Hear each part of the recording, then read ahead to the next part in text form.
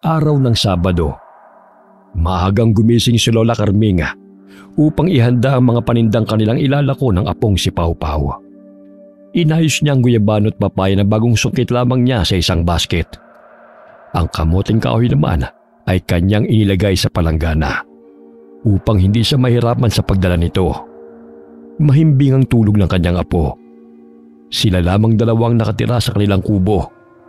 Buhat ng mamatay ang mga magulang ni Pau Pau, ay siya na ang nag-aruga sa bata. Maliit man ang tinitirhan nilang kubo, masaya at kontento naman ang maglola. Pagsapit ang 6:00 ng umaga, ginising na ni Lola Carming ang kanyang apo na si Pau Pau upang maaga silang makapaglako. Apo, gumising ka na. Kailangan na nating magtinda habang sariwa pa itong mga prutas. Napahaba ang tulog mo anong oras ka ba natulog kagabi? 8:00, Lola. Pinag-aralan ko pa kasi ang lesson ni Ma'am Pascual kahapon. Sa totoo lang po, nahirapan kasi ako sa math Kaya todo study ako. Ganyan nga, Apo. Pagbutihin mo ang pag-aaral, ha? Yan na lamang ang may papamana ko sa'yo. Kapag nawala na ako sa mundong to, may magandang kinabukasan na maghihintay sa'yo. Lahat gagawin ko, makapag-aral ka lang. Mahal na mahal kita, Apo ko. Mahal na mahal din po kita, Lola. Gusto ko paglaki ko, papatuyuan kita ng tindahan para hindi ka na mahirapan sa paglalako sa kalsada. O siya, maligo ka na dun sa banyo nang sa ganun ay makapag-almusal na tayong dalawa. Palihim na nagpunas ng luha si Lola Carming dahil naalala niya ang hirap na dinanas nilang dalawa at ang lahat ng yun ay nalagpasan nilang pareho. Agad na bumitaw si Pau Pau sa pagkakayakap sa lola niya na nooy naghihikap pa. Agad na bumangon si Pau Pau at tinungo ang banyo upang maligo. Hindi pa man siya tapos na magsabon, inalanghap na niya ang mabangong amoy na nilulutong paksiw ni Lola Carming. Kaya't dali-dali siyang nagbuhos ng tubig at nagtakip ng tuwalya. Ang bango! Tsak na mapaparami ng kain ng apo kong si Pau Pau nito. Lola, tapos na po akong maligo. Bigla akong nagutom sa amoy ng niluluto mo, Lola. Ang bilis mo namang maligo. Kinuskus mo ba na mabuti ang katawan mo? Opo, Lola. Kasong lamig po ng tubig Inihanda ko na ang mga damit mo. Andyan na, nakahanger. Matapos mong magbihis, umupo ka na rito upang makakain na tayo. Marami-rami pa tayong ilalakong prutas at kamoteng kahoy. Sige ho, Lola. Gutom na rin ako. Matapos kumain ay agad nang umalis sa maglola upang maglako ng kanilang mga paninda. May iilan sa mga residenteng bumili sa kanila na kanilang nakakasalubong sa kalsada. Saglit silang pumuesto sa gilid ng kalsada upang makapagpahinga. Maya-maya'y napansin ni Pau Pau ang kwintas ni Lola Carming na umiilaw. Nakaramdam din ang kakaibang bigat ng pakiramdam ang matanda na naroon sa paligid. Hinaplos ni Lola Carming ang kwintas na minana pa niya sa kanyang amang manggagamot. Ang buong akala ni Pau Pau ay isa lamang yung ordinaryong kwintas. Ngunit hindi niya alam na isa itong mutya. Lola, umiilaw po yung kwintas niyo May baterya po ba sa loob niyan? Wala, Apo. Isa itong babala na may nilalang na nagmamasid sa atin o masamang engkanto. Engkanto po? Nasaan po siya? Huwag kang maingay. Batid kong itim na engkanto ang nagmamasid sa atin. Sasaktan po ba niya tayo? Umalis na po tayo rito. Mamaya mapano pa tayo? Huwag kang mag-alala. Hindi ako papayag na masaktan kanino man. O siya, bitbitin mo na yung basket. Opo, Lola. Doon na lamang po tayo sa isang puno magpahinga. Napalayo na sina Pau Pau at Lola Carming sa baryo na kanilang tinitirahan. 3 baryo na ang kanilang nadaraanan sa paglalako ng kanilang mga paninda. May nakasagupang engkanto si Lola Carming nung siya'y dalaga pa. Dahil na rin sa kanya ipinamana ng kanyang ama ang pagiging manggagamot. Ngunit ang puwersang nararamdaman niya sa oras na yon ay napakalakas at hindi pangkaraniwan katulad sa kanyang mga nakalaban. Ayos lang ba kayo, Lola? Bakit tila hindi po kayo mapakali? Ayos lang ako, Apo. Huwag mo na akong intindihin. Lumipat na lang tayo na mapagpapahingahan. Hindi kasi ako komportable rito eh.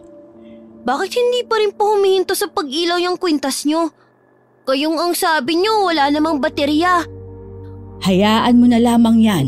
Ang importante, makaalis tayo sa lugar na ito.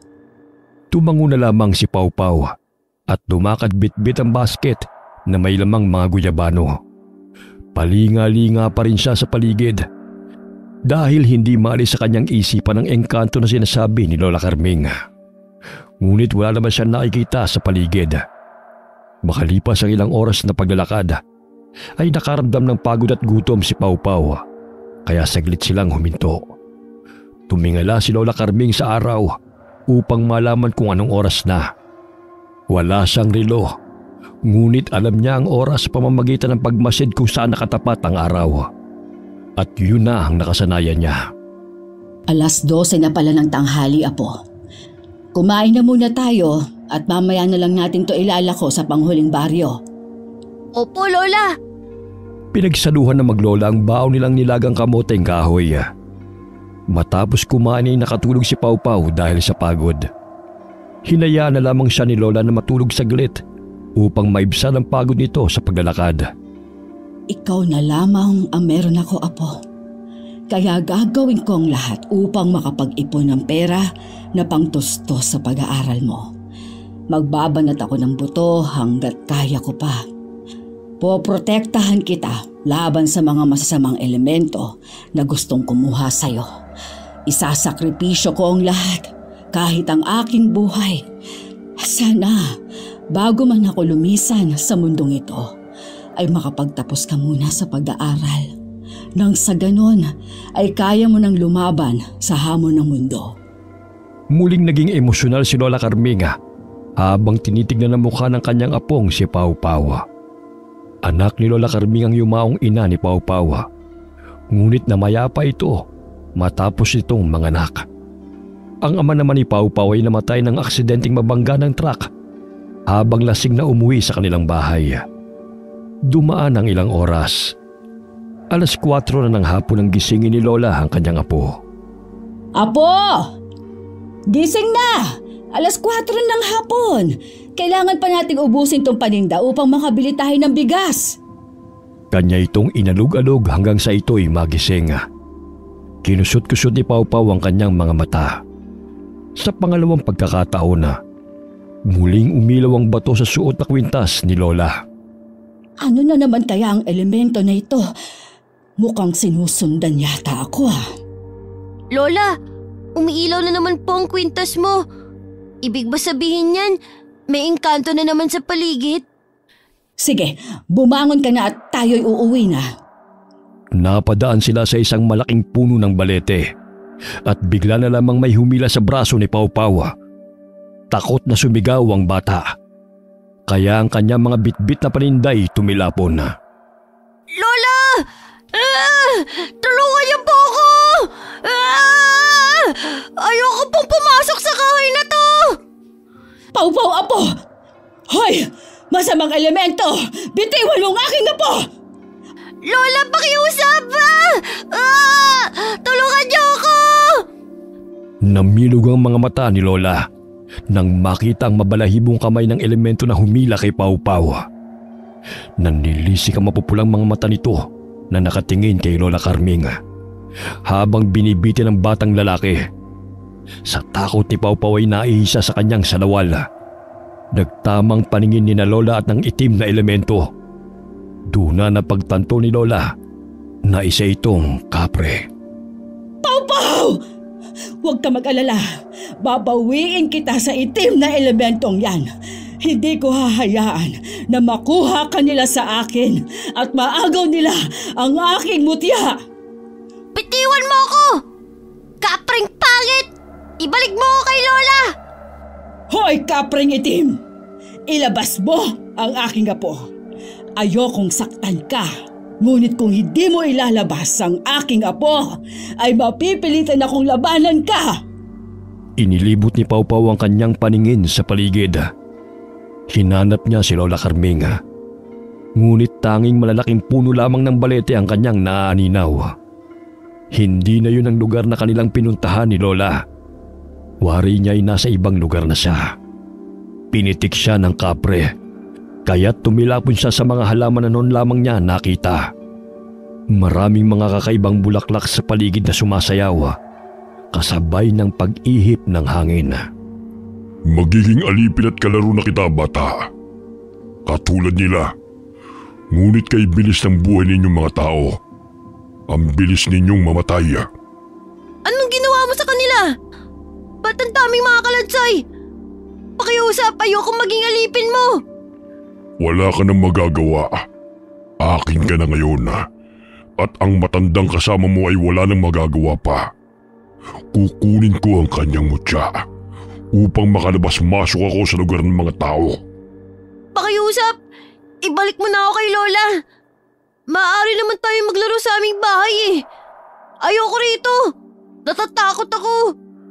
Hindi ka na makakalabas pa rito. Tulad nila, ay mamamatay kang pinagsisilbihan ako. Iba na lang ang gawin mong alipin. Sige na, palabasin mo na ako rito. Umahimik ka. Baka gusto mong kasama ang matandang yun dito. Kaya lang mabilis siyang mamamatay. Dahil bilang na lang ang taon niya. Dahil matanda na siya. Ayoko rito. Gusto ko kasama ko si Lola. Luminga-linga si Lola Carming sa paligid. Ngunit wala siyang nakikitang may dumadaan sa mga oras na yun. Kinuha niya sa basket ang mga dala niyang mga pangontra. Maliban sa mutya na suot niya. Siya ay may kakaibang asin na kulay pula na merong basbas mula sa yumaong amang manggagamot. Minsan lamang niya yung ginagamit kapag napakalakas ang puwersa ng kanyang kalaban. Ang sinumang masamang elemento ang matamaan nito ay maglalaho at kailanman ay hindi nababalik pa. Dahil sa itim na kapangyarihang taglay ng kapre, ay hindi na mahagilap ni Lola Carming ang apo. Biglang lumitaw ang kapre mula sa puno ng balete at pahalakhak pa itong sinitsitan si Lola. Hoy tanda! Kung gusto mong mabawi ang iyong apo, isuko mo sa akin ang kapangyarihan mo. Alam kong malakas ang taglay mong mutya. Ano ako? Tanga? Bakit ko naman isusuko sa'yo ang mutya ko? Ito ang magliligtas sa aming dalawa ng apo ko. Kaya hindi ko isusuko sa'yo ito. Mas importante pa ang mutya mo kaysa sa buhay ng apo mo? Pwes, hindi mo na siya makikita kailanman. Hinahamon mo talaga ako, ha? Ibabalik mong apo ko o hindi? Bingi ka ba? Ibabalik ko lang siya sa'yo kung ibibigay mo sa akin ang mutya. Ang mga katulad mo ay hindi mapagkakatiwalaan. Pakawalan mo si Pau Pau. Hindi mo siya alipin at kahit kailan ay hindi mo siya magiging pagmamay-ari. Isang orasyon ang isinambit ni Lola Carming upang mapawalang bisa ang kapangyarihang itim na bumabalot sa kanyang apo. Sinabuyan niya ng pulang asin ang puno ng balete kung saan naroon ang kapre. Ganun na lamang ang atungal nito nang dumampi sa kanyang balat ang pulang asin. Apo ko! Huwag ka mag-alala! Ililigtas kita! Itigil mo yan, tanda! Nasasaktan ako! Ititigil ko lang ito kung ibabalik mo ang aking apo. Kung may masamang mangyari kay Pau Pau, titiyakin kong papatayin kita. Parang away niyo na, Lola. Ayoko pong maging hapunan ng higante at pangit na nilalang na to. Tulungan niyo ako! Aray! Hindi ko ibabalik ang apo mo. Akin na sa ngayon.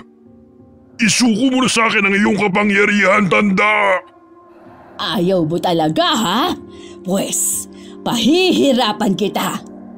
Pinalibutan ni Lola Carming ng pulang asin ang puno ng balete. Gamit ang dinasalang langis na Biyernes Santo ay sinabuyan niya ito. Halos sunod-sunod na atungal ang pinakawalan ng kapre. Hanggang sa magmakaawa ito sa matanda, naitigilan nito ang ginagawang pagpapahirap sa kanya. Tuluyan nang napawalang bisa ang itim na kapangyarihan na bumabalot kay Pau Pau. Lumabas ang bata mula sa puno ng balete na nakadapa. Tumayo si Pau Pau nang makita niya si Lola Carming at mahigpit nitong niyakap ang matanda. Babalikan ko kayo at kukunin ko ang suot mong kwintas, tanda! Ikaw na bata ka! Magiging alipin kita! Lola! Iniligtas niyo ako sa mabaho-pagit na higante na yun. Natatakot ho ako sa kanya. Ang baho-baho niya. Ayoko po ron. Ang daming kalansay akong nakita. Ang sabi niya, mga alipin niya raw ang mga yun na namatay. Ligtas ka na, Apo. May masakit ba sa'yo? Anong ginawa ng kapreng niyo sa'yo? Medyo masakit lang ho ang puwet ko dahil bumagsak ako nung binitawan niya ako.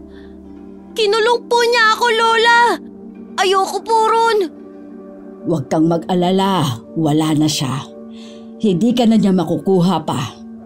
Sumilay ang ngiti sa labi ni Lola Carming. Isa-isang pinulot na maglola ang prutas na tumilapon sa lupa. Kaunti na lamang ang naiwang kamoteng kahoy at prutas. Papauwi na sana sila nang masipat ng paningin ni Pau Pau ang tindero ng mga lobo at mga laruan. Namangha siya na makita mga yun at nagniningning ang mga matang tumingala kay Lola Carming. Naririnig din nila ang ingay ng mga tao.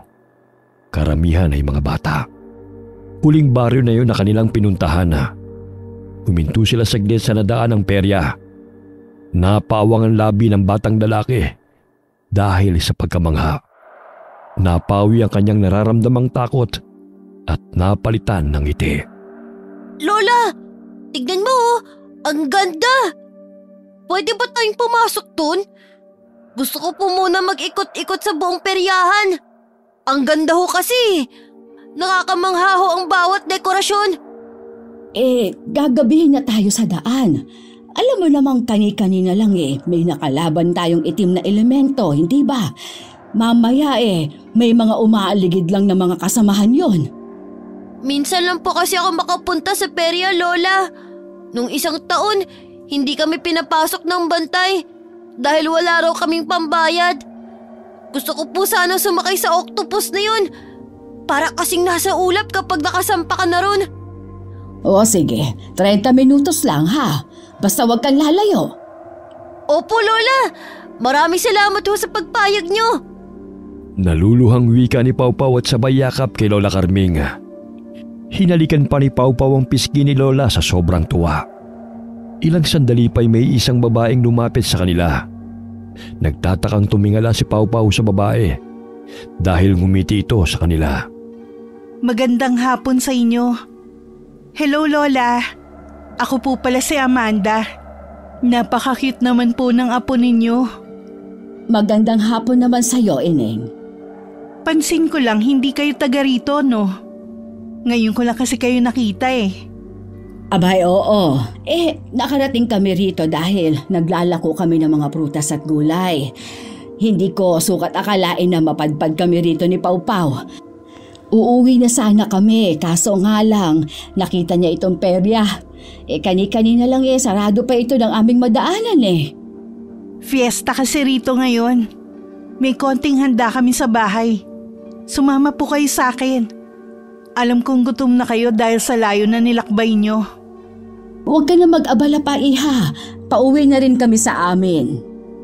Kinuha ni Amanda ang mga laruang nakapatong sa mesa.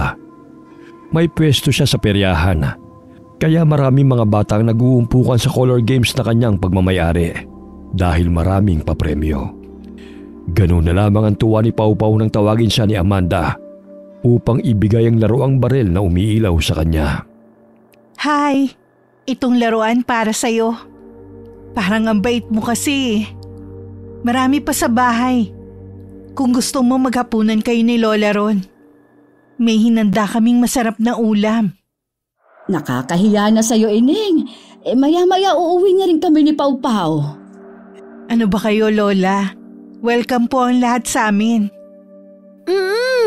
Gutom na ako, Lola. Kumukulo na ang aking tiyan, oh. Ikaw talagang bata ka. Kaya nga uuwi na tayo Hapon na Baka gabihin pa tayo sa daan. Saan po ba kayo nakatira, Lola? Sa San Diego, malayo na nga rito eh. Naku, 3 baryo pa ang lalakbayin nyo. Tsaka wala na hong sasakyan ng ganitong oras. Pwede kayo magpalipas ng gabi sa bahay. Naku Eneng, ayos lang naman. Napadpad kami rito kasi nakisakay kami sa tricycle. Nakita kasi naming marami-raming tao ang naglalakad sa kalsada. Kaya naisipan kong maglako ng aming paninda. Hindi ko akalain na fiesta pala rito. Kaya pumayag na kayo sa imbitasyon ko, Lola. Nag-aalangan man sumama na lamang si Lola Carming sa dalaga sapagkat nagugutom na ang apo niyang si Pau Pau.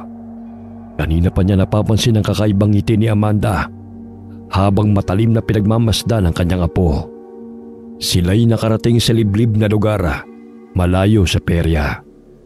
Nang makarating sila roon ay nakasalubong ni Lola Carming ang mga magulang ng dalaga. Inay, Itay, bagong kaibigan ko sina Pau Pau at Lola Carming. Magandang gabi sa inyo. Ngumisi lamang ang mga ito sa maglola at palipat-lipat ang tingin sa kanilang mga bisita. Lola, nagugutom na po ko. Ang sabi ko sa'yo, doon na lang tayo kakain sa bahay.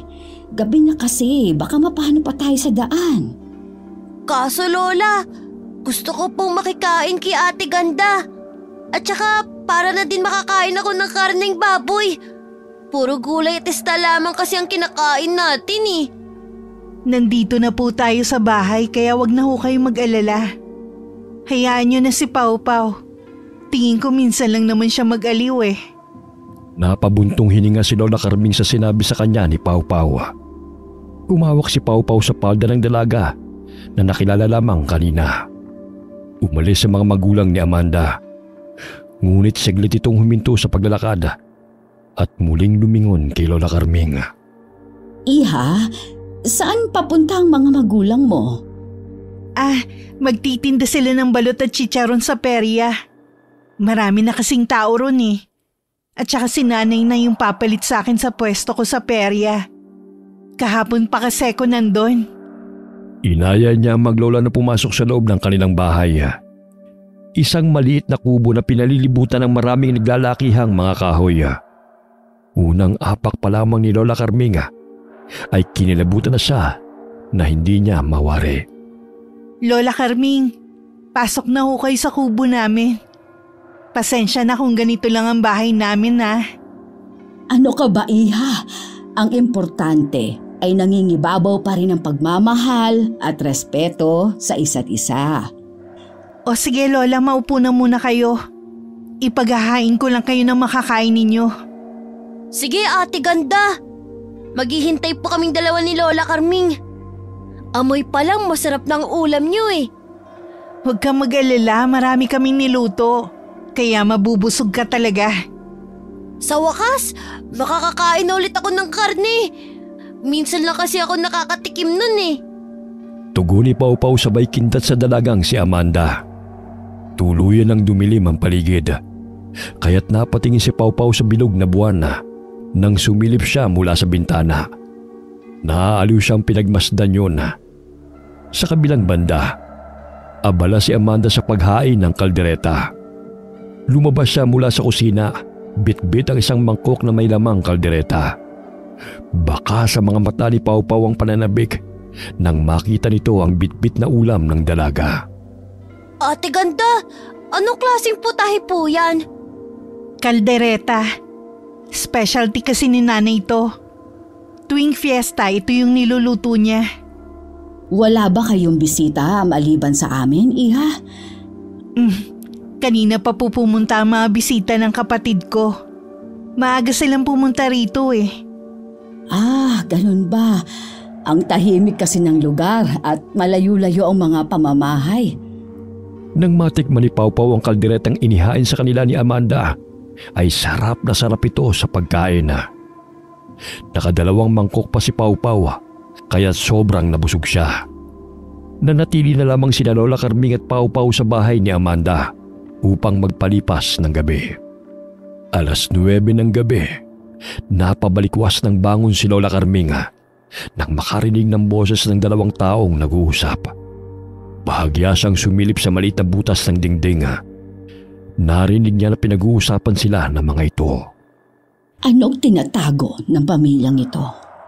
Kailangan kong maging mapagmasid. Kung ano man ang plano nila sa aming dalawa ni Pau Pau, ay sisiguraduhin kong hindi sila magwawagi. Lola, bakit gising pa po kayo? Ha? Wala, Apo. Kinagat kasi ako ng lamok. Lola, naiihi po ako. Halika, Apo. Sasamahan kita sa labas. Maliwanag naman ang buwan eh. Hinawakan ni Lola Carming ang kamay ni Pau Pau. Hindi pa man sila nakakalabas ng kwarto, ay nakarinig sila ng mga yabag patungo sa kanilang kinaroroonan. Lola, natatakot po ako. Tsaka, naiihi na rin. Huwag kang matakot, Apo. Nandito si Lola at hindi kita bababayaan. Dito ka nalang umihi. Mukhang may mga tao kasing paparating. Nagpalinga-linga si Lola sa paligid. Kinuha niya ang basket na naglalaman ng kanyang mga gamit. Apo, kailangan nating makatakas rito. Hindi na magandang nararamdaman ko. Tila may nalalapit na panganib. Ano pong panganib? Basta, sundin mo na lamang ang pinag-uutos ko.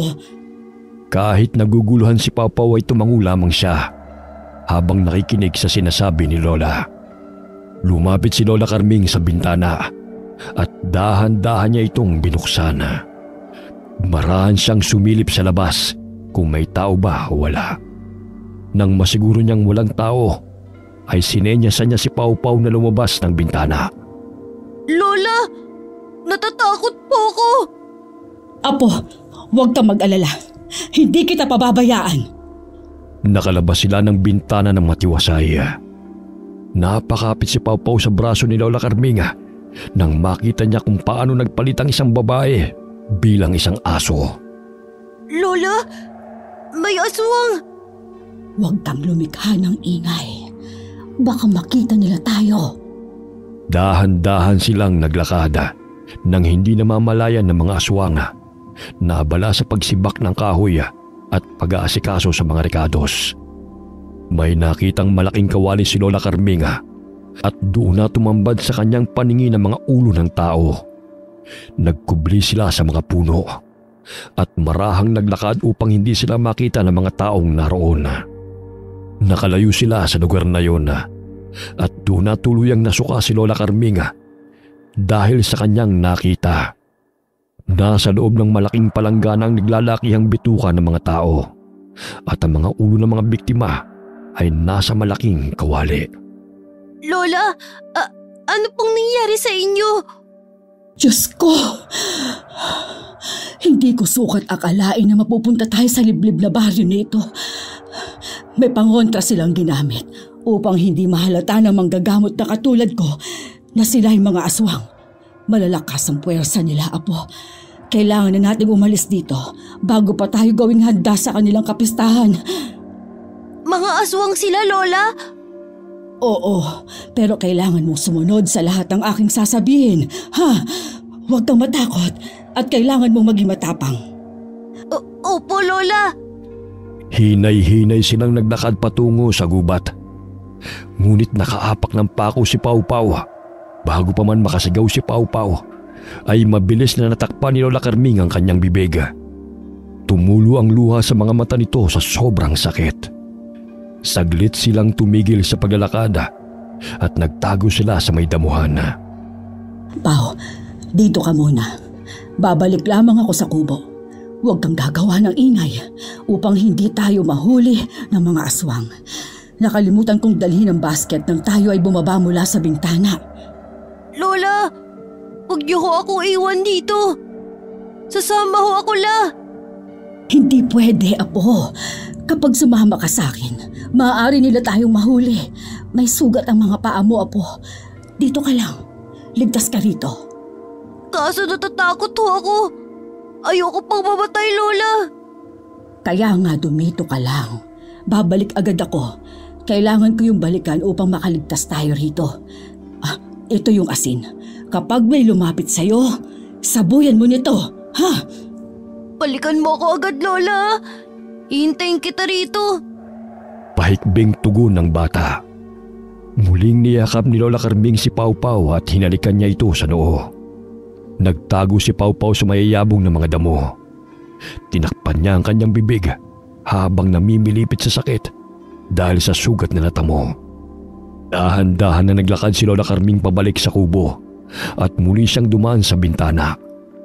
Napangiti si Lola Carming nang makita niya ang bote ng pinaglalagyan niya ng langis.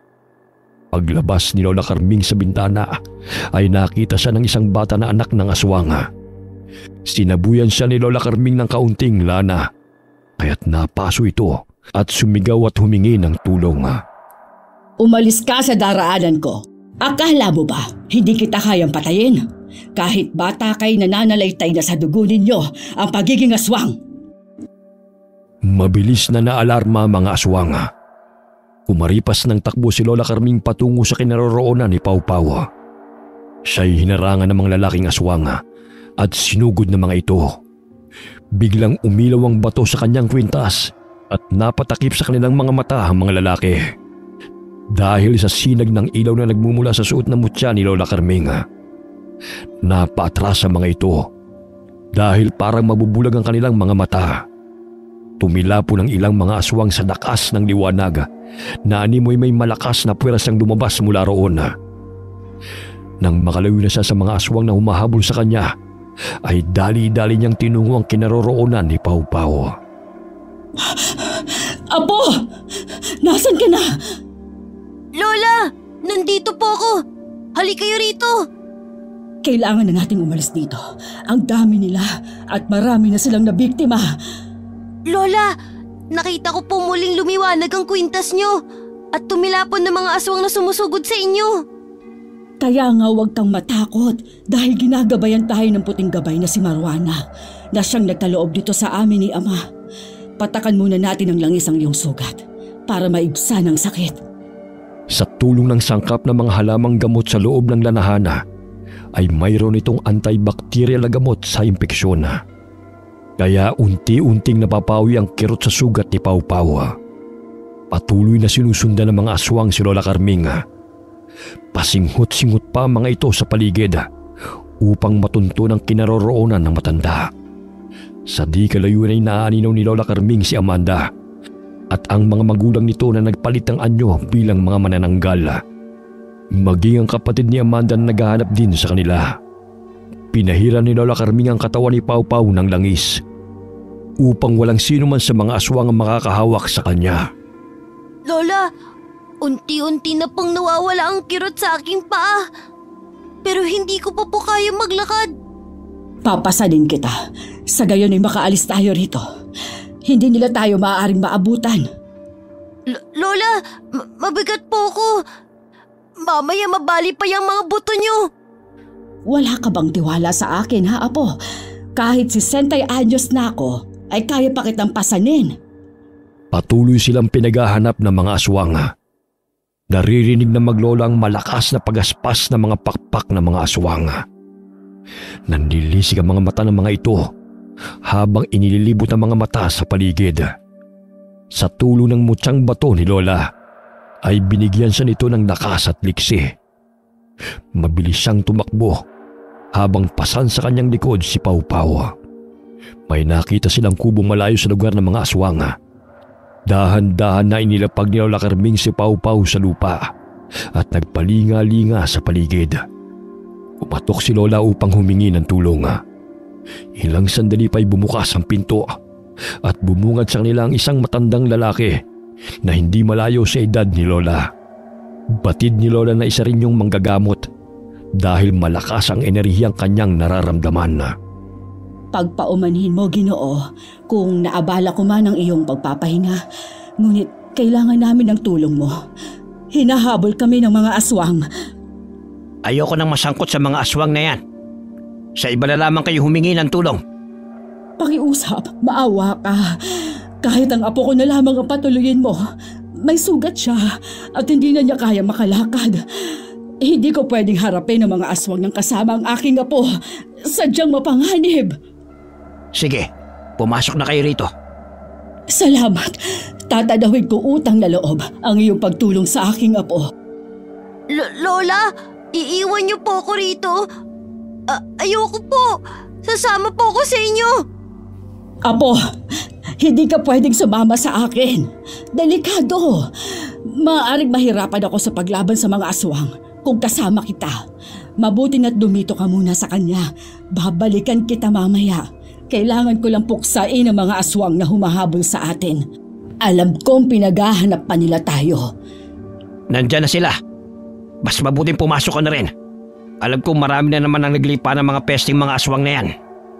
Kailangan ko silang harapin. Dahil hindi titigil ang mga yon. Gusto nilang kunin si Pau Pau. Lalo na ng babaeng aswang na yon. May buntod ng pagi ako rito. Gamitin mo muna.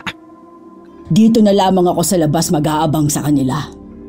Dali-daling sinarado ni Mang Tesyo ang pinto at naglagay ng iba't ibang pangontra sa mga aswang nang sa ganun ay hindi mapasok ang kubo. Sinalubong ni Lola Carming ang mag-asawang manananggal na papalapit sa kubo. Ako ang harapin ninyo mga mapanlinlang! Nasaan na ang bata? Ibigay mo siya sa amin! Anong akala mo sa akin? Ganun-ganun na lang isusuko ang aking apo? Kahit anong gawin mo'y wala ka na magagawa.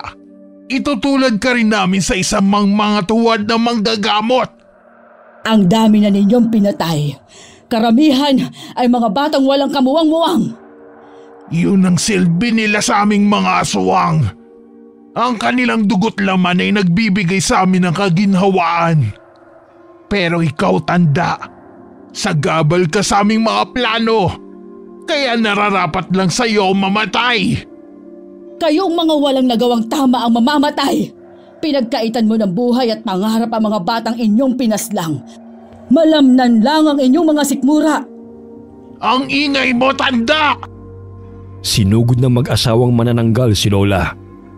Ngunit sinalubong sila nito ng hampas ng buntot page. Tinamaan ng lalaking manananggal sa balikat, kaya't napasigaw ang asawa nito dahil sa galit. Pinagaspas na mag-asawang manananggal ang kanilang mga pakpak upang muling sugurin si Lola. Ngunit naiwasan niya ito nang walang kahirap-hirap at kanyang tinamaan sa bandang dibdib ang babaeng manananggal nang hampasin niya itong muli. Labis ang sakit na naramdaman ng mga manananggal sa tuwing tinatamaan sila ng buntot ng page. Tila nakukuryente sila sa tuwing dumadampi ito sa kanilang mga katawan. Hindi ako natatakot sa inyo. Kailangang matigil ang paghahasik ninyo ng lagim. Hanggat hindi nauubos ang lahi ninyo, hindi kayo titigil sa inyong mga kasamaan. Akala mo talaga'y mapapatay mo kami? Nag-iisa ka lang laban sa amin. Napaka-ilusyonada mo naman kung mauubos mo kami, tanda! Dumating si Amanda at kasama ang kapatid nito. Sinugod nila si Lola Carming. Ngunit mabilis niyang naiwasan ang matutulis na mga kuko ng magkapatid at sinabuhay niya ito ng asin. Dahilan na umatungal ang mga ito. Hoy, tanda! Tantanan mo mga magulang ko! Hoy, ikaw na babae ka! Ginamit mo pa ang aking apo upang sumama sa'yo! Ang dami ninyong batang pinatay! Kaya nga isasama ka namin sa bilang ng aming pinatay, tanda! Napakaswerte mo dahil nakatakas ka pa. Ngayon hindi ka na makakatakas! Sinugod ni Amanda si Lola Carming. Nakakalmot nito sa likod si Lola. Ngunit mabilis naman siyang hinampas ng matanda ng buntot ng page sa muka. Dahilan na nasaktan din siya. Bumukas ang pinto ng kubo at doon lumabas si Mang Tesyo at pinagsasabuyan ng asin ng mag-asawang manananggal habang nakikipaglaban si Lola kay Amanda.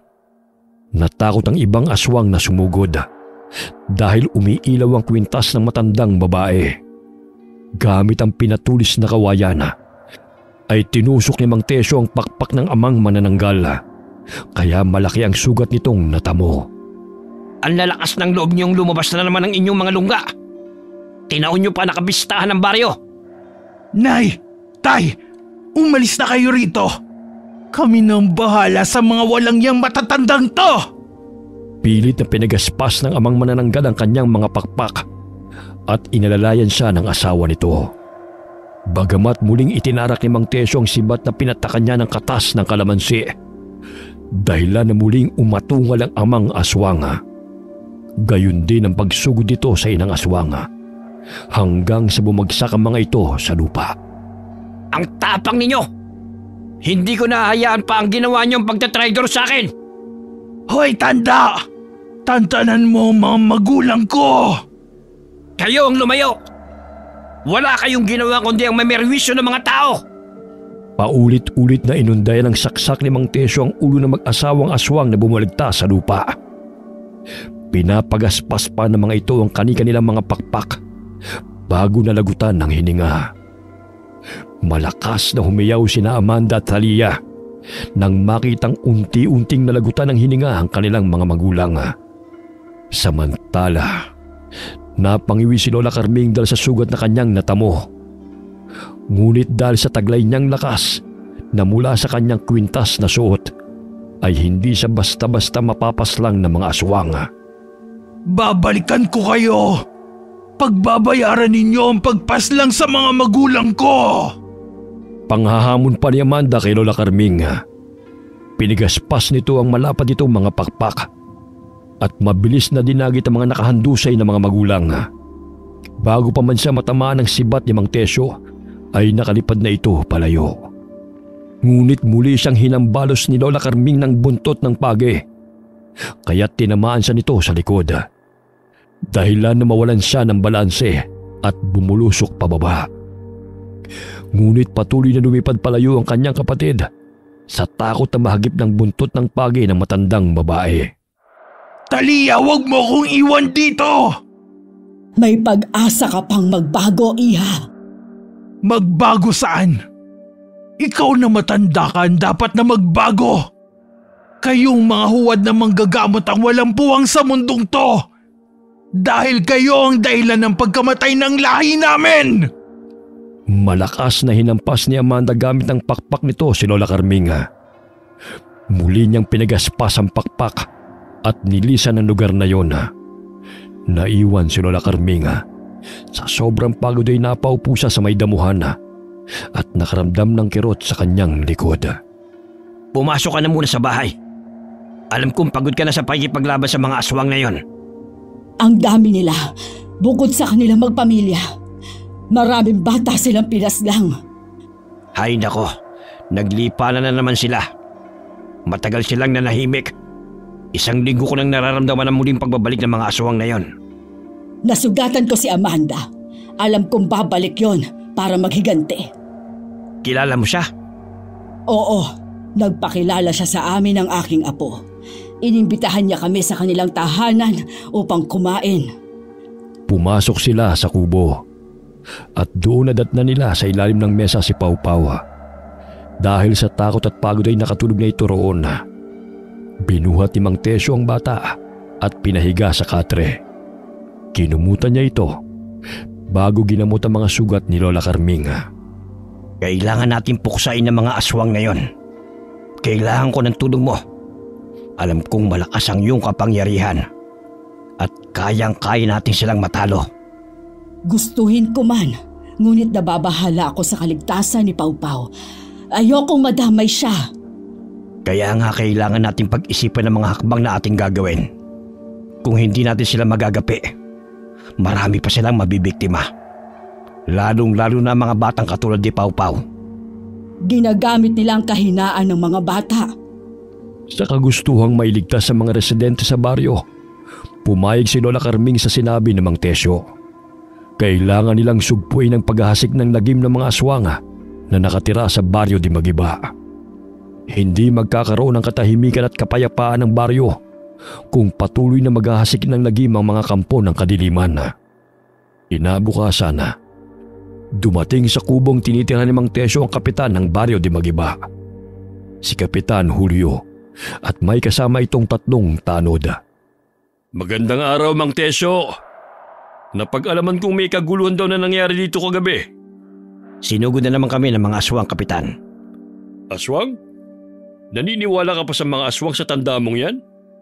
Sa tagal kong naninirahan dito, wala pa naman akong nakikitang aswang Kung meron mang aswang, siguro hindi taga rito sa atin. Maaaring dayo. Naku Kapitan, totoo ang aswang. Nakakasalamuha mo pa nga ang ilan sa mga aswang Nasisiguro ko na kung sino sila. At sino yung kasama mo? Mukhang bagong salta siya rito Maaari ka bang malaman kung anong pangalan mo, Lola? Ako si Carming, taga Barrio San Diego. Sitio San Diego? Ang layo nun dito Kailan ka pa naparito at bakit ka nandito? Napadpad kami rito dahil naglalako kami ng aking apo ng mga gulay. Tapos may nag-imbita sa amin na kumain sa kanilang bahay. Nalaman namin na mga aswang pala sila. Kaninong bahay naman kayo pumunta? Kina Amanda. Si Amanda, aswang? Naku, malabong sinasabi mo, Lola. Wala sa lugar namin ang aswang. Parang binabaliktad nyo lang yata ang sitwasyon Naku, totoo naman ang sinasabi ko. Bakit? Isa ka rin ba sa kasamahan ni na Amanda? Naku, Lola. Huwag mo akong pagbibintangan ng ganyan. Sa ating dalawa, ikaw pa itong mapagkakamalang aswang. Sa gandang lalaki kong to? Nagulantang si Kapitan Julio sa sinabi ni Lola Carming. Lumingon si Lola Carming sa gawin ni Mang Tesyo na tahimik lamang. Tsaka bawal po ba kami ng aking apo na mapadpad rito? Alam mo, Kapitan, kailangan mong kilalanin ang mga taong sakop ng inyong pamumuno. Hindi ka ba nakakarinig ng balita tungkol sa mga aswang? Gayong kitang-kita ng mga mata ko ang dami nilang mga biktima. Hindi naman po sa ganun, Lola. Hindi naman ako maaaring basta-basta maniwala sa sinasabi nyo na aswang sina Amanda dahil wala naman tayong matibay na ebidensya. Lahat pwede magturo kung sino ang aswang. Maaaring ikaw nga mapagkamalan din Huwag kang mag-alala, Kapitan Julio. Kami ay hindi magtatagal rito. Tsaka maaari mong puntahan ang lugar kung saan nakatira sina Amanda upang ikaw na mismo ang makasaksi sa kanilang mga inihahain. Mga tao, hindi mga karne ng baboy. Ngunit maaari kayong makulong sa maling paratang mo sa kanila kung mapapatunayan na hindi talaga sila mga aswang. Handa akong makulong kung mali man ako. Ngunit paninindigan ko ang aking sinabi na hindi ako ang aswang na pinupunto mo at sina Amanda ang manggugulo sa baryo na pinamumunuan mo. Ilang sandali nagpaalam ang mga ito sa kanila. Nang makatalikod si Kapitan Julio kasama ang 3 tanod, kinausap ni Lola Carming si Lolo Tesyo. Nararamdaman mo ba ang nararamdaman ko sa presensya ni Kapitan Julio? Oo, noon pa ako naghihinala sa kanya. Ngunit wala akong matibay na ebidensya na sangkot siya sa paghahasik ng lagim ng mga aswang sa baring ito. Nararamdaman ko lamang ang negatibong enerhiya niya. Pakiwari ko'y may relasyon sila ni Amanda noon pa man. Dahil gano'n na lamang niya kung ipagtanggol ang babaeng yon. Kung gano'n, kailangan nating kumilos. Kailangan nating agad masugpo ang kanilang kasamaan. Magmamasid ako sa mga kaganapan sa baryo na ito. Lalo na sa kapitan na yon. Masama ang kutob ko sa kanya. Sige. Gagawa rin ako ng mga pangontra laban sa kanila. 8:00 na ng umaga na magising si Pau Pau. Agad itong napabalikwas ng bangon nang maalala niya ang kanyang Lola Carming. Lola! Nasaan ka na, Lola? May aswang, Lola! Mabuti at gising ka na. Tahan na, apo. Huwag ka na umiyak. Nagbalik na si Lola. Hindi kita iiwan. Ngunit kailangan ni Manong Tesyo ang tulong ko upang mapuksa ang mga aswang sa baryo na to. Lola, sigurado po kayo? Kung matinding laban ang kaharapin natin, baka masaktan po tayo. Apo, hindi ko gustong masaktan ka, pero kailangan nating magtulungan. Ang aswang ay takot sa mga bagay na hindi nila kayang kontrolin at ang mutyang ito ay may kapangyarihang protektahan tayo. Hindi ako matatakot sa kanila basta't magkasama tayo. Pero paano po tayo magsisimula, Lola? May mga hakbang na tayo, Apo. Nais kong magmasid at magtipon ng mga impormasyon tungkol sa mga aswang. At sa tulong ni Manong Tesyo, makakagawa tayo ng mga pangontra laban sa kanila. Hindi natin sila kayang durugin ng lakas lamang. Kailangan natin ng diskarte. Ngunit kailangan mo muna magpalakas. Hindi pa naman tayo makakaalis dito dahil hindi pa naghihilom ang sugat mo. Nagsagawa ng plano sina Lola Carming at Mang Tesyo kung paano pupuksain ang mga aswang na naghahasik ng lagim sa baryo. Lingid sa kalaman ng karamihan ng taong nirerespeto sa baryo at ang pasimuno ng lagim ay si Kapitan Julio na pinuno ng mga aswang. Ang matandang yun ay may pangontra laban sa atin. Kaya kailangan natin siyang mapalaya sa baryo na ito. Kung hindi tuluyan niyang ibubulgar ang lihim natin. Lalo na't napatay nila ni Tesyo sina Amang at Inang. Hindi ko naman sukat akalain na may taglay na anting-anting na mutya ang matandang yun. Huli ko na nang malaman. Hindi ka kasi marunong kumilatis ng bibiktimahin mo. Ayan tuloy. Ipapahamak mo pa ang buong angka natin. Pwede ba wag mo akong sisihin? Namatayan ako ng mga magulang. Dapat din sa kanila ang mamatay. Samantala, tumulong si Pawpaw kina Lola Carming at Mang Tesyo na paghandaan ang muling paglusob ng mga aswang. Nilagyan niya ng dinikdik na bawang at asina ang bawat bato na gagamitin niya sa kanyang tirador na siya namang ginawa ni Mang Tesyo para sa kanya. Lihim na pumuslit si Pawpaw at nagtungo siya sa kubo ni Amanda upang magmasid. Nang mapansin ni Lola Carming na wala ang kanyang apo, agad niyang nilibot ang paligid upang hanapin si Pawpaw.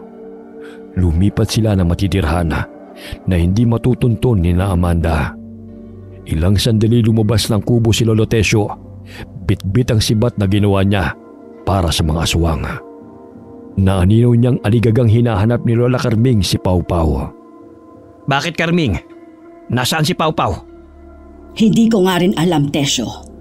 Bigla na lang siyang nawala sa kanyang pwesto. Kani-kanina lang, nariyan siya sa batuhan. Hindi kaya nagtungo ito sa baluarte ng mga aswang? Ang batang yon, umiral na naman ang kuryosidad. Baka pinuntahan na niya ang mga aswang. Saan ka pupunta, Carming? Hindi ka pwedeng pumunta roon na mag-isa. Sasama ako sa'yo. Hindi na kailangan, Tesyo. Dito ka lang. Ituloy mong pagsasagawa ng mga pangontra laban sa mga aswang. Hahanapin ko lang muna ang aking apo. O sige, Carming. Mag-iingat ka. At sana'y makabalik kayo ng ligtas. Maraming salamat, Tesyo. Ikaw rin ay mag-iingat rito. Agad na nagtungo si Lola Carming sa baluarte ng mga aswang. Dala ang panangga. Malayo pa lamang ay natatanong na siya ni Amanda. Anong ginawa mo rito, tanda? May pana ka pang dala. Sisiguraduhin mo na bang mapapatay mo ko? Ang apo ko, nandyan ba? Anong ginawa niyo sa kanya? Wala dito ang apo mo. Hindi ako hanapan ng mga nawawala. Anong sinasabi mo kay Kapitan na aswang ako? May nakita ba kayong mga pinatay na tao rito? Umamin ka, Amanda. Nasaan ang apo ko? Anong ginagawa mo rito, Lola? Hindi ba't ang sabi mo hindi na kayo magtatagal dito? Hinahanap ko ang aking apo, si Pawpaw. Ilabas niyo siya, Amanda! Huwag mong paratangan ng mga residente rito sa pagkawala ng iyong apo, Lola. Bakit, Kapitan Julio? Ikaw ba'y kakampi ng mga kampon ng kadiliman?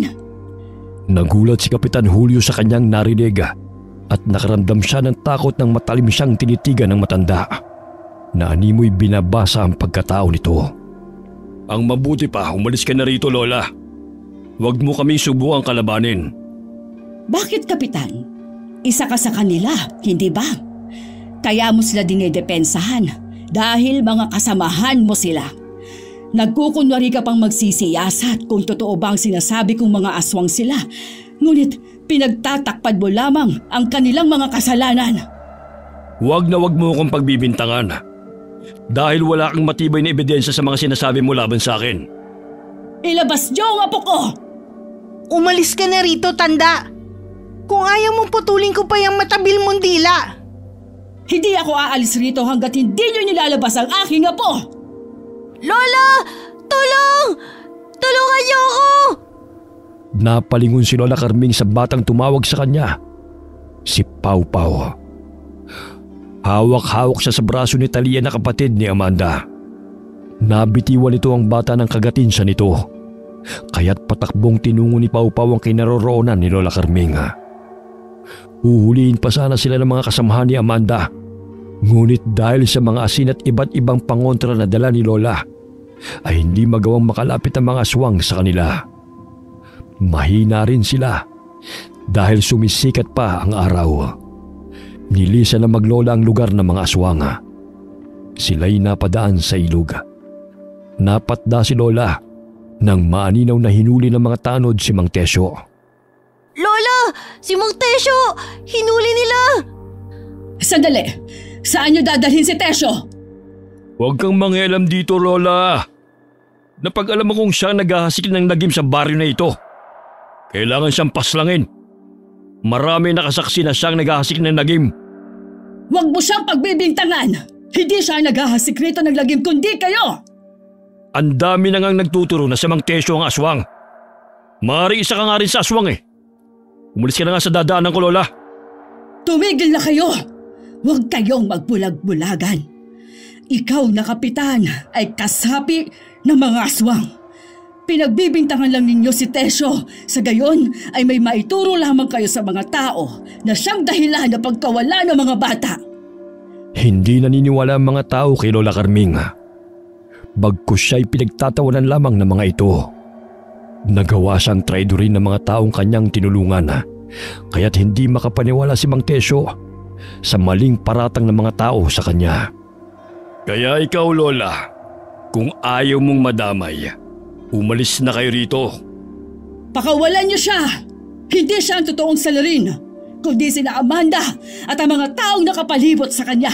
Maniwala kayo! Anong gagawin natin, Lola?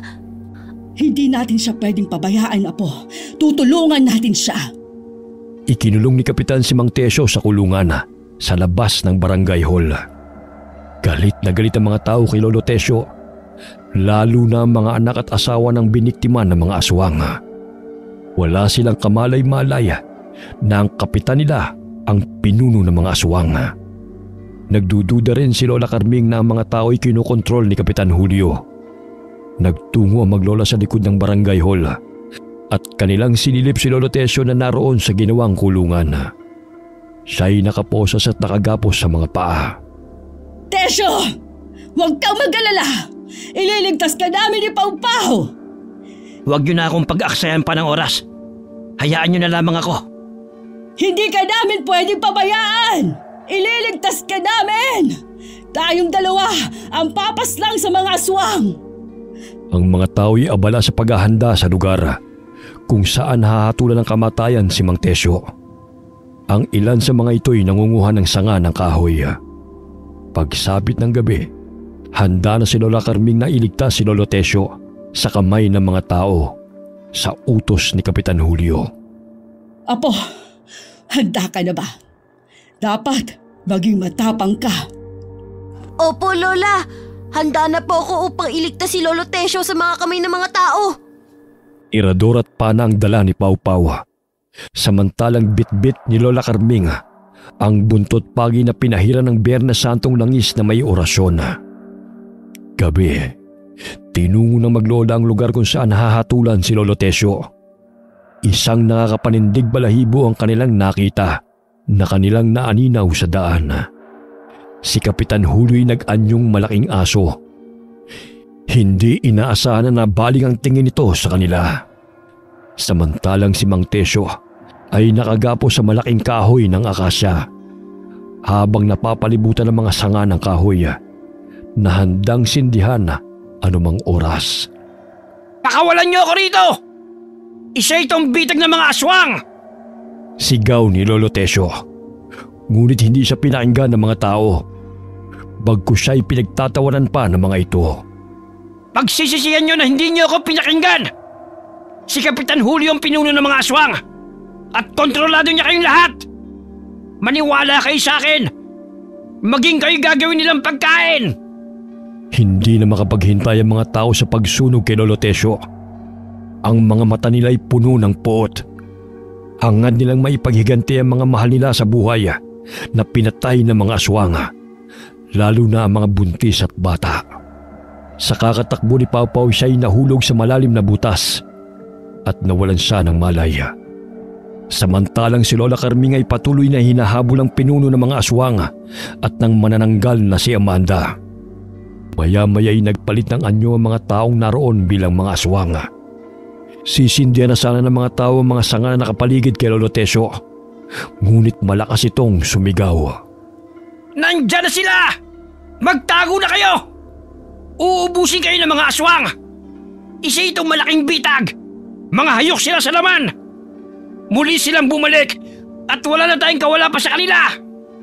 Bagamat hindi siya pinakinggan ng mga tao, hanggang sa tuluyan ang sinindihan ng mga tao mga sanga na may gas at lumiyab ang apoy.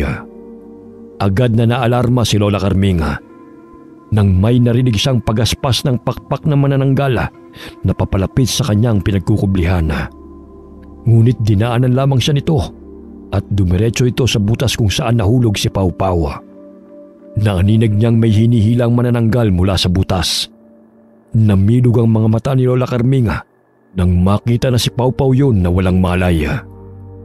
Pawpaw, apo ko! Huwag mong sasaktan ang apo ko!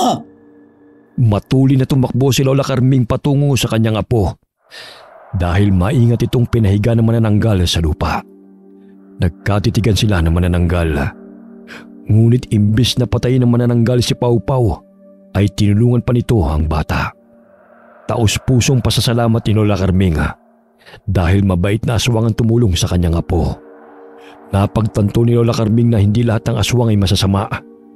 May mabubuti rin sa mga ito at napatunayan niya yon sa dalagang manananggal na tumulong sa kanyang apo. Tinapik-tapik niya ang pisngi ng apo hanggang sa ito'y magising. Apo, gising. Nandito na si Lola. Ano ba ang nangyari sa'yo, bata ka? Lola, akala ko hindi ko na kayo makikita. O siya, kaya mo pa ba maglakad? Dahil kailangan ni Manong Tesyo ang tulong natin. Ayos naman po ako, Lola. Tara na po, Lola. Magkahawak kamay nilang tinahak ang daan patungo sa kinaroroonan ni Lolo Tesyo.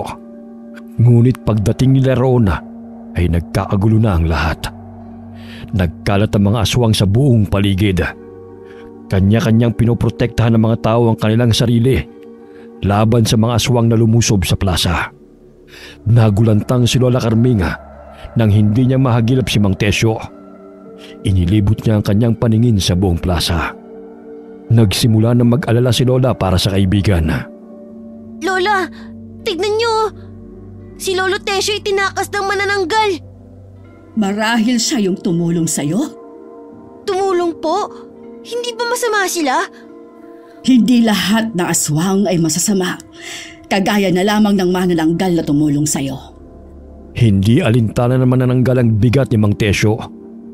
Dinala niya si Mang Tesyo sa loob ng kagubatan. Ang buong akala ni Mang Tesyo'y katapusan niya na. Ngunit nagulat siya sa ginawa ng manananggal. Itinago siya nito sa likod ng malaking ugat ng puno. Bago lumisan ang dalagang manananggal, mahigpit na pinagbili nito na huwag siyang lalabas hanggat hindi siya bumabalik. Sa daan ay hinarangan ni Amanda si Lola Carming. Malakas nitong hinampas ng malalapad nitong pakpak ang matanda, kaya't tumilapon si Lola. Mukhang nanghihina ka na yata, tanda. Nawala na ba ng bisa ang anting-anting mo? Hoy, pangit! Huwag mong saktan ang lola ko! Aba, matapang ka na ngayon kung patayin ko tong matandang hukloban na to. Huwag mong sasaktan si Lola! Sunod-sunod na inasinta ni Pawpaw gamit ang tirador ang aswang na si Amanda. Tinamaan ito sa noo ng batong binabad sa bawang at asin. Tumayo si Lola Carming at paulit-ulit na hinampas ng buntot ng pagi. May tansyong patalim si Lola, kaya't sinaksak niya ito sa bandang likod ng ulo. Huwag mong pangunahan ang lakas na matanda dahil mabilis maubos ang aming pasensya. Lola, natamaan ko siya sa noo! Yay! Nagawa ko! Oo, apo. Tinamaan mo siya. Patay na po ba siya, Lola? Siguro. Tingnan mo, hindi na niya magawang makalipad pa. Pero ang masasamang aswang lang ang pinapatay. Ha? Ang dami pa nila, Lola. Kailangan natin sila isa-isahin. Napawi ang kasiyahang namumutawi sa mukha ng bata nang makitang may paparating na aso na gustong lapain si Lola Carming. Ngunit muli niyang kinuha ang tirador at pikit matang pinakawalan ng batong bala ng kanyang tirador. Tinamaan ang asong aswang sa mata, kaya't malakas itong umatungal. Tinulungan ni Lola si Pawpaw na patayin ang malaking aso. Hinambalos niya ito ng buntot page at sinaksak ng tansong patalim ang ulo nito, dahilan na bumulagta ito sa lupa. Nagpalinga-linga sila sa paligid upang hanapin si Mang Tesyo. Ngunit hindi pa rin nila ito mahagilap. Naninaw nilang kinakalaban ng isang manananggal ang kapwa nito, mga aswang. Maya-maya'y naaninaw nila Lola na lumabas ng puno si Mang Tesyo at tinulungan sila sa paglaban sa mga aswang. Nararamdaman kong hindi lang aswang ang naparito. Sumasabay pa ang masasamang elemento dahil sa kabilugan ngayon ng buwan. Maya-maya'y narinig niya ang tinig ng mga itim na elemento. Mas lalong lumiwanag ang mutya na suot ni Lola. Ito'y nagpapahiwatig sa paparating na digmaan laban sa mga masasamang elemento, aswang at itim na engkanto. Apo, ihanda mo ang iyong sarili. Gamitin mo ang mga pangontra na ibinigay ko sa iyo. Hanggat maaari, huwag mong ihiwalay ang mga yon sa iyong katawan upang hindi ka mapahamak. Opo, Lola! Andito lang po sa aking bulsa! Ilang sandali na aninaw ni Lola Carming na nagsilabasa ng mga itim na elemento sa kagubatan. Gusto nilang kunin ang mutya na suot ni Lola upang magkaroon ng malakas na kapangyarihan. Pinagtulungan nila si Lola. Ngunit sumaklolo ang mga puting engkanto. Isa na roon ang puti ang gabay ni Lola Carming, si Meruana. Lola, tignan niyo! May babaeng lumiliwanag! Taig pa niyang ilaw natin sa bahay! Meruana, ang tagal na panahon mula nang magkita tayo. Napangiti lamang si Meruana at iwinasiwas niya ang kanyang kamay. Animoy natakot ang mga itimang engkanto sa kanya, kaya't nagsipulasan ang karamihan at bumalik sa tinitirhan nilang mga puno. Nakakabulag ang sinag ng puti ang gabay. Siya si Meruana, ang nagbigay sa akin ng mutya, maging ni Ama. Pambirang lakas ang meron siya. Kinatatakutan siya ng mga itimang engkanto. Ilang sandali tila pumasok si Meruana sa katawan ni Lola Carming. Tila bata lamang itong nagkatawang matanda kung makipaglaban. Gamit ang buntot page ay isa-isa niyang hinahambalos ang kanyang mga kalaban. Maging ang mga itimang elemento na gusto siyang sugurin ay napaatras dahil sa liwanag na kumakawala sa buntot page. Ngayon lang ako nakaramdam ng ganitong lakas sa talambuhay ko. Tignan mo, Lolo! Bumabagsak sila! Sige, Lola! Durugin mo ang mga kalaban! Magtago ka, Apo. Mamaya matamaan kita. Tumakbo si Pawpaw upang magkubli sa likod ng puno. Ngunit hindi niya inaasahan na may aswang na nagkukubli roon, kaya't hinablot siya dito upang kagatin. Sa pagkakataong yun ay hindi na masyadong takot ang bata sa tulong at gabay na rin ni Meruana. May nakapasang sanga at itinusok yon sa mata ng aswang. Kanina pa kayo Nakakapagod na kayong tumakbo! Ni hindi kayo maubos-ubos! Pawpaw, napaano ka riyan? Huwag niyo na po kong alalahanin! Tinusok ko na po ang mga mata niya! Hinablot ni Mang Tesyo ang aswang na gustong sumakmal kay Pawpaw at inunday niya ito ng saksak sa katawan ng paulit-ulit. Mga wala kayong magawa kundi ang pagbintangan ako! Ngayon, sino sa atin ang aswang? Ha? Apo, nasan ka na? Nasaktan ka ba riyan? Hindi ho, Lola. Siya po ang nasaktan ko. Gusto kasi ako sakmalin Huwag kang mag-alala, Carming. Tinodas ko na. Bahagyang nakaramdam ng katahimikan sa paligid si Lola Carming. Ngunit malakas na umihip ang hangin at nanindig ang kanilang mga balahibo dahil sa pinakawalan na pwersa ng mga engkantong itiman. at kampo ng kadiliman. Ngayon lang ako nakaranas ng ganito sa tanang buhay ko. Mukhang nagsanib pwera sa mga kampo ng kadiliman. Tignan mo ang buwan. Tila nilalang mo ng dilim ang liwanag. Ibig bang sabihin may nagbabadya pang panganib? Hindi ko rin alam. Hindi basta-bastang nagpapakita si Meruana kung walang masamang mangyayari. Ang huling pagpapakita niya ay 30 taon na ang nakalilipas. Noong panahon na naglipa ng mga mambabarang sa aming baryo. Nakakabingi ang katahimikan. Palagay mo'y may gagawin pa ang mga aswang na yon? Parang wala naman na sila, Lola. Hindi ko na naririnig ang mga atungal nila. Huwag ka maingay dahil hindi lahat ng katahimikan ay ligtas. Maaaring nagmamatsyag lang ang mga kalaban sa ating mga ikinikilos. Maya-maya'y sabay-sabay na umatungal ang mga aswang na nagtigbaliw bilang malalaking aso. Sabay-sabay nilang nilusob sina Lola Carming, Mang Tesyo at Pau Pau na nooy magkakasamang nakatayo. Sabuyan mo sila ng pulang asin at langis. Hindi ko hahayaan na makalapit ang mga animal na yon kay Pau Pau. Gamit ang kawayan ay isa-isa silang hinahambalos ni Mang Tesyo. Dahilan na pumalahaw ang mga ito sa tuwing tinatamaan. Hinahambalos din ni Lola ng buntot pagi ang kanyang mga kalabang aswang. Habang si Pau Pau ay nakabang sa kanilang paglapit, hawak ang supot ng pulang asin. Ilang sandali biglang umilaw ang kwintas ni Lola Carming ng nakakabulag. Maging si Mang Tesyo at Pau Pau ay napatakip ng kanilang mga mata. Lahat ng kanilang mga kalaban ay tila napapaso sa liwanag na nagmumula sa kwintas. Isa-isang bumubulagta ang mga aswang sa lupa. Naanimoy natutusta sa tuwing tinatamaan ng liwanag na nagmumula sa kwintas. Apo, kita mo? Ang liwanag ng kabutihan ay hindi matitinag ng dilim. Opo, Lola. Natutunan ko na hindi lahat ng laban tinatapos ng madilim na puwersa. Ang liwanag ay laging magtatagumpay. Sana magwakas na ang paghahasik ng lagim ng mga aswang. Pinagbintangan pa ako ng mga yun Patay na si Kapitan at Amanda. Karamihan pala rito na naninirahan ay mga aswang. Taga-bundok sila. Kaso simula nang magawi rito si Julio at nanalong kapitan, ay unti-unti na silang nagsilipat dito sa baryo. Kaya ang daming nawawalang kabataan. Mabuti na lamang ay natuklasan ang kanilang lihim. Kung hindi sa tulong niyo, hindi ko naman ito magagawa na mag-isa. Napansin ni Lola Carming na tila may puwersang lumabas mula sa kanyang katawan. Muli niyang nakaharap si Meruana na kanyang engkantong gabay. Inilapat ito ang kanyang mga palad sa ulo ni na Lola at Pau Pau. Napangiti si Lola Carming sapagkat alam niya na kung sino magiging tagapangalaga ng kanyang anting-anting at batong mutya kapag siya'y namayapa. Ilang sandali na wala si Meruana sa kanilang paningin. Ngunit muling kuminang ang kanyang kwintas.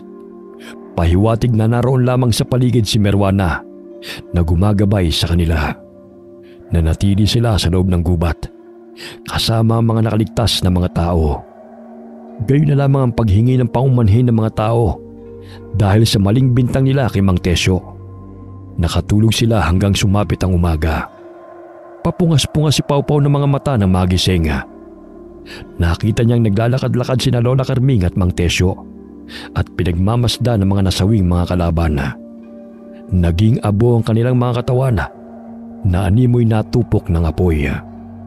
Ang lakas ng kapangyarihan ng iyong gabay na si Meruana. Tignan mo nangyari sa mga katawan ng mga aswang. Naging abo. Maging ako man ay hindi ko inaasahang maging ganito ang kanilang kahahantungan. Alam mo, Carming, naging palaisipan sa akin yung manananggal na nagligtas sa akin kagabi. Naalala ko may nunal siya malapit sa kanyang pulso sa kamay. Marahil siya rin ang nagligtas kay Pau Pau.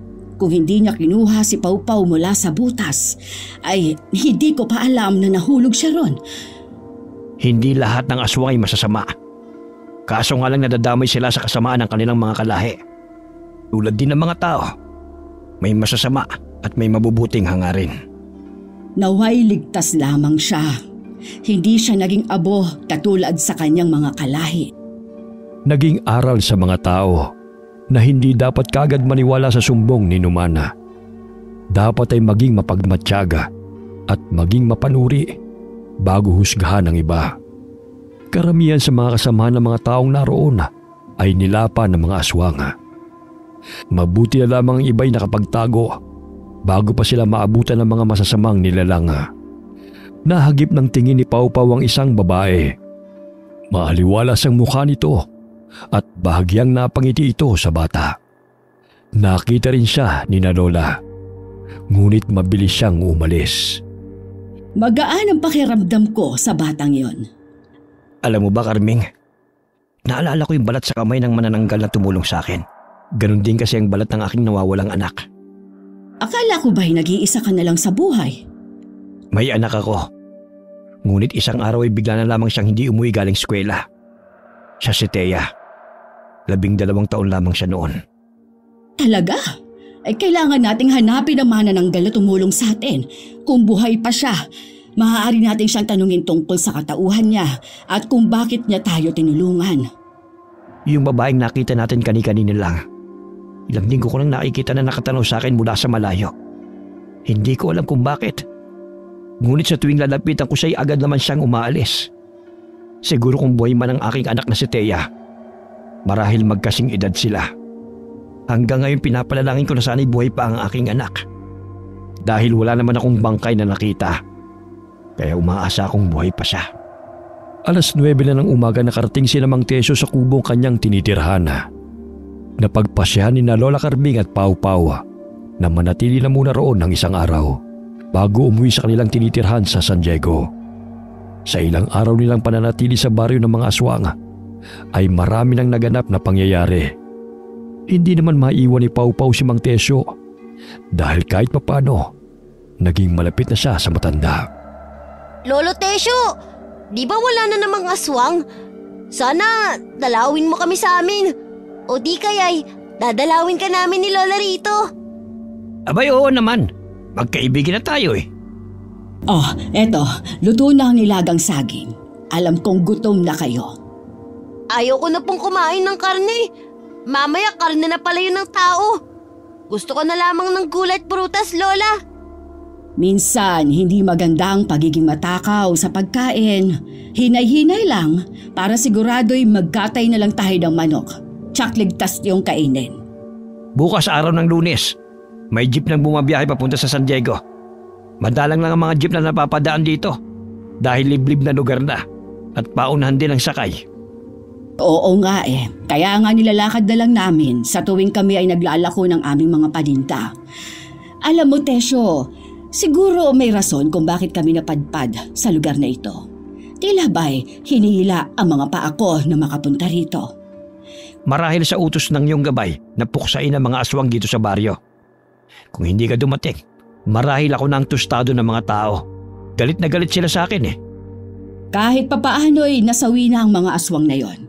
Sana naman wala lang natirang masasamang aswang. Gabi, nilatag ni Pau Pau ang banig na kanilang tutulugan ni Lola Carming. Hindi pa man siya tuluyang nakakatulog, ay may malakas na kalabog silang narinig mula sa bubungan. Lumabas ng kubo si Mang Tesyo. Tumambad sa kanyang paningin ang isang manananggal na galit na nakatitig sa kanya.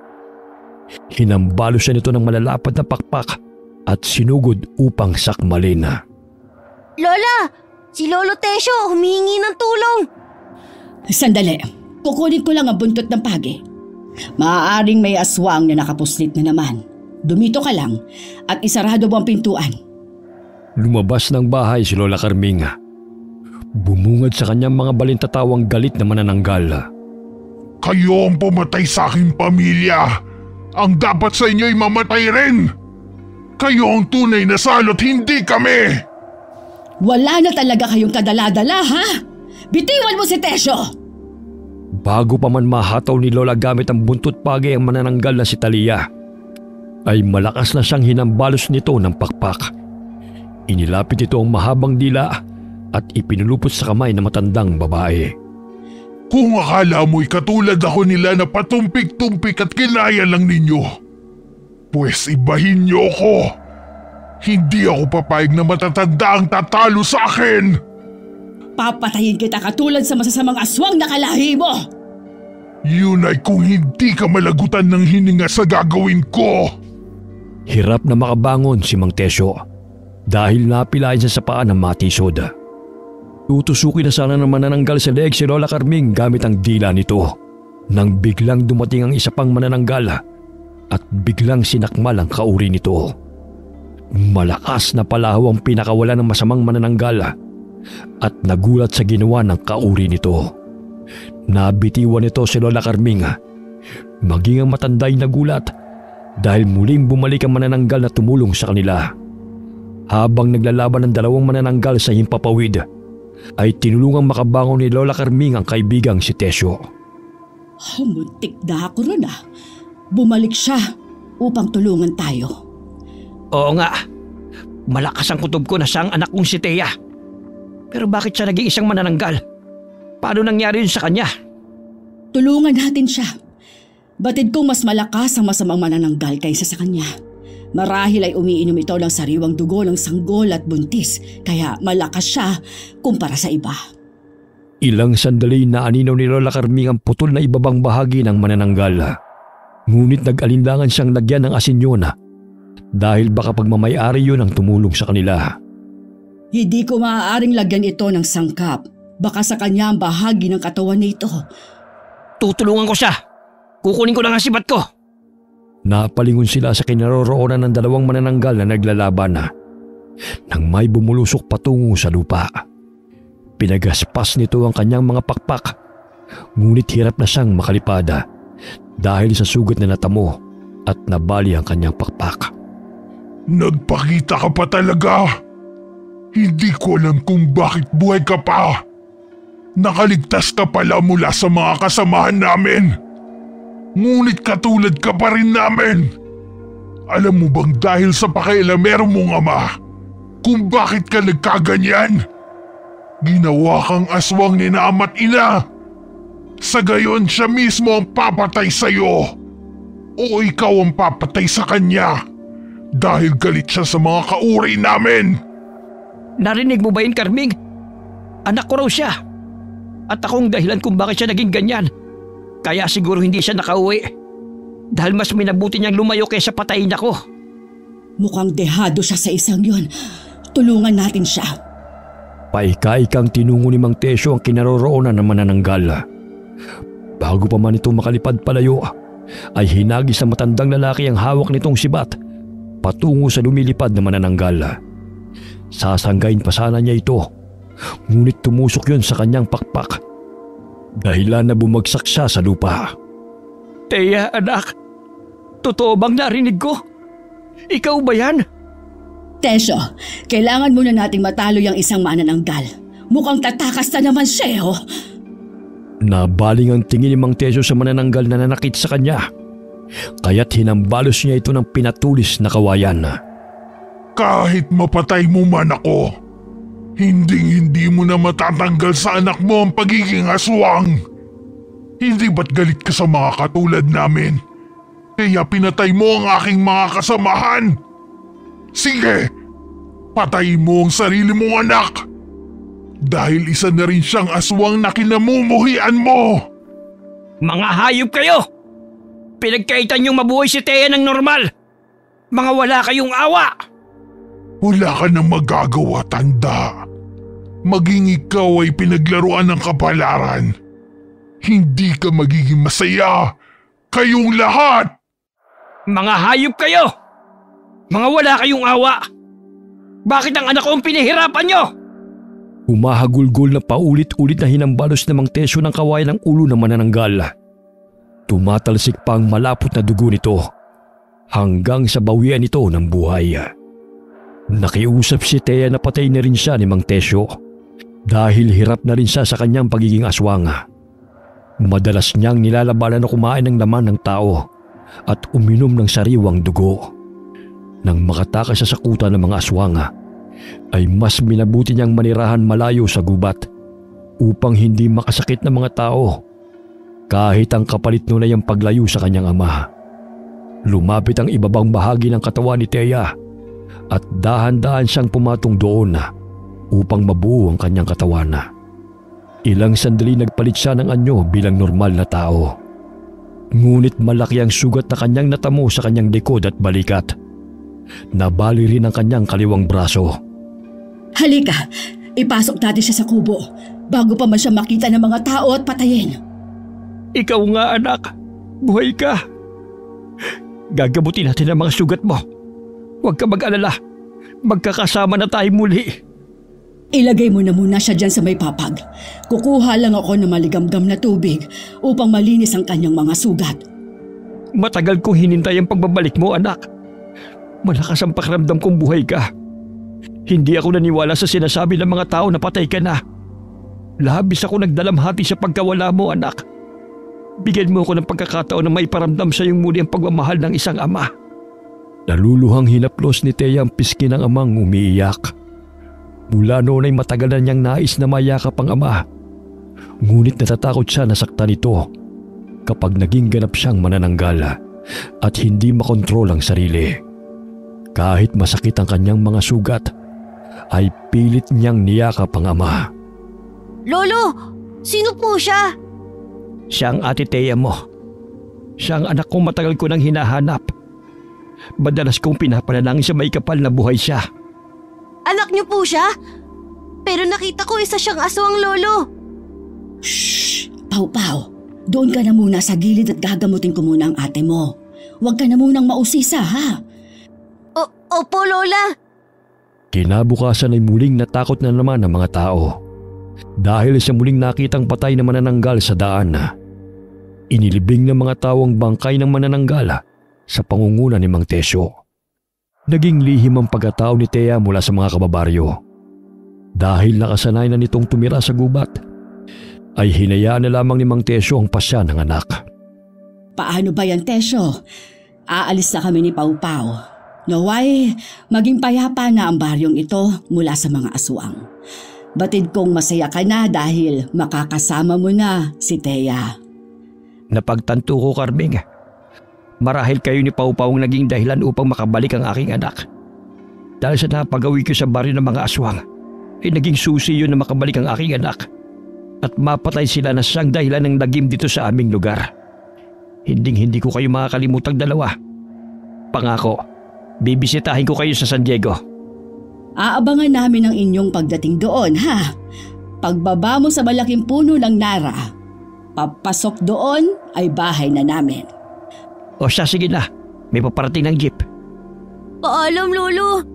Mag-ingat po kayo ni Ate Thea. Ikaw rin ha, magpapakabait ka. Huwag ka nang gagala sa gabi, delikado. Opo. Paalam po ulit, Lolo. Hanggang sa muli nating pagkikita. Paalam na sa inyo, Tesyo. Ikaw nang bahala kay Thea. Oh, ayun na. Huminto na ang jeep.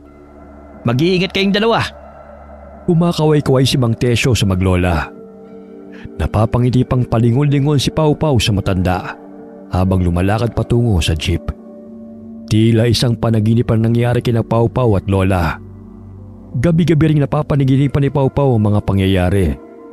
Minsan ay napapabalikwas pa siya ng bangon at umiiyak sa pag-aakalang hinahabulan naman sila ng mga aswanga. Apo, tapos na. Wala na silang lahat. Hindi ka na nila muling masasaktan pa. Lola, hindi ko po maialis sa isipan ko na mamaya dumating sila.